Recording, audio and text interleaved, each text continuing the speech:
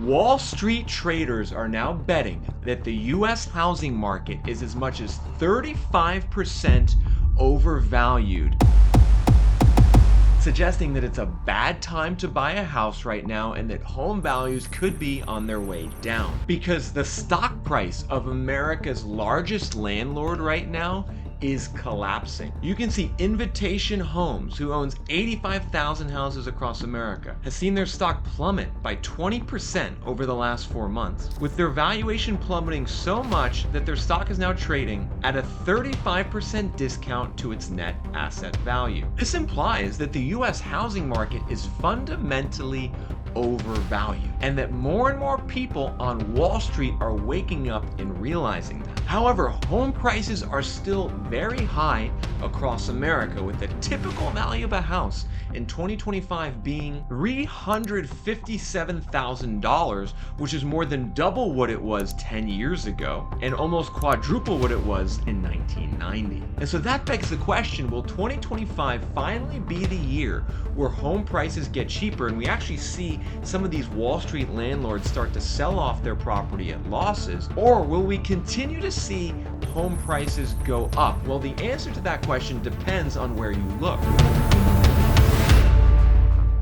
Because home value growth in America is very fragmented right now. In the northern part of the country, in the Midwest, values are still going up, while in states like Texas, Louisiana, and Florida, prices are starting to drop. And the reason that prices are starting to drop is due to a big spike in inventory in the South in America, in southern boomtown states that a lot of the people moved to during the pandemic and where a lot of Wall Street investors own homes.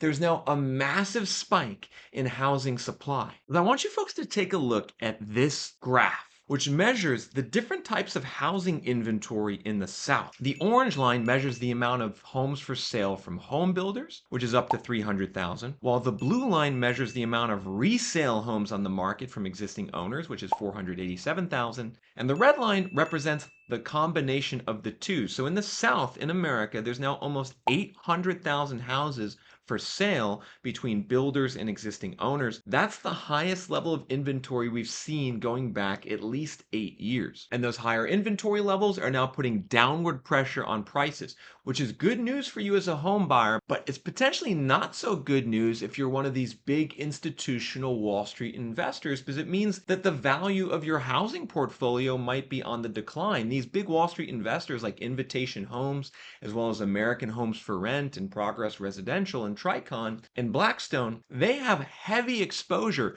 to southern real estate markets like Florida, Texas, Tennessee, Georgia, South Carolina, and North Carolina. So now that those housing markets are slowing, it means that the stock prices of these companies are taking a hit. Because Invitation Homes' stock price, it's down 20% since the Fed cut interest rates. But not only that, it's also down 3% over the last 5 years. And this Wall Street Journal article talks about this. It's called "Wall Street Thinks U.S. Homes Are Overpriced. Housing Could Be Overvalued Anywhere from 10 to 35%. And the findings here are fascinating. She's saying that house hunters don't need to be told that property is too expensive right now, but Wall Street has an idea by how much. Shares of single-family landlords, Invitation Homes, and American Homes for Rent are trading at 35 and 20% discounts to their net asset values, respectively. Invitation Homes' stock has traded at a particularly large discount to NAV since interest rates began to rise in early 2022. Put another way, so you guys can understand this, while the average house in the metros where Invitation owns its property sells for $415,000, the company's share price implies that investors think $310,000 is more appropriate. So get this, everyone. Invitation Homes, they own 85,000 homes across America, America's largest landlord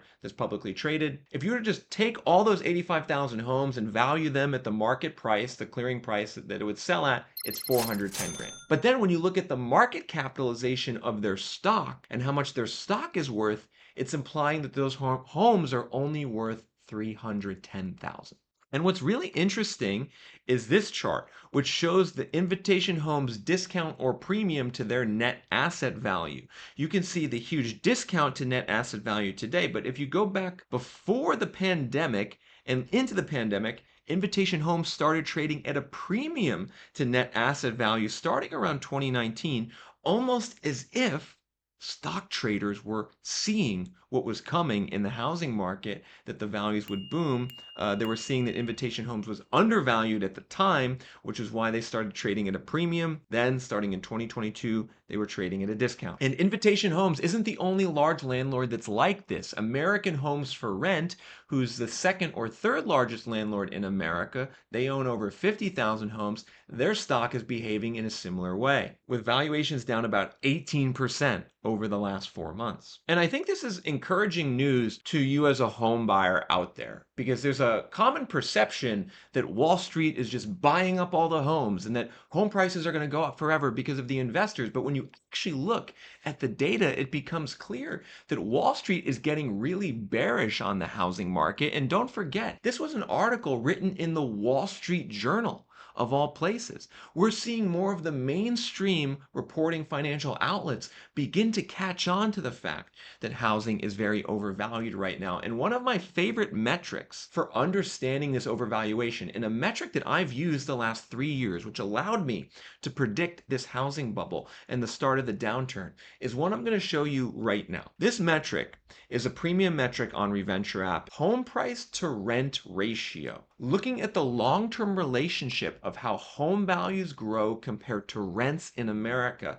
And this data point says that the housing market in America right now is over 20% overvalued. Take a look at this. This is a chart looking at the home value to rent ratio in America going back to the early 1950s. And you can see over the last 70 years, on average, houses trade for about 12 times annual rent. And you can see the big bubble that occurred in '06 when houses traded at 18 times annual rent. Then the big crash. This metric was a clear indicator of the bubble last time around. Then there was a big crash, and then we entered another bubble now where houses are trading for over 15 times rent. So the typical home value in America is around $356,000, while the typical house rents for around $2,000 a month or $24,000 a year. That creates that 15x home value to rent multiple. This 15x is about 21% above the long-term average. And if you are a real estate investor, if you are a home buyer who wants value,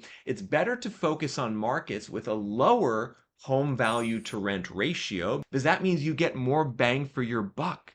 That means if you're an investor, you get more cash flow relative to what you pay. And it means that if you're a home buyer, that it will make more sense to buy relative to renting. And right now, everyone, we're going to look at this home value to rent ratio across all the different metros in America. And what I want you to pay attention to is the color scheme here on this map. The areas in blue versus the areas in red.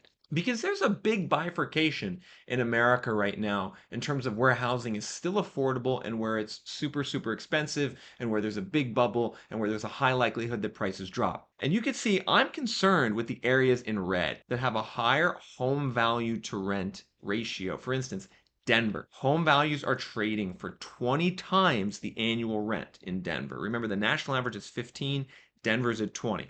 Salt Lake City is at 22. Los Angeles is at 22. San Francisco is at 25, everyone.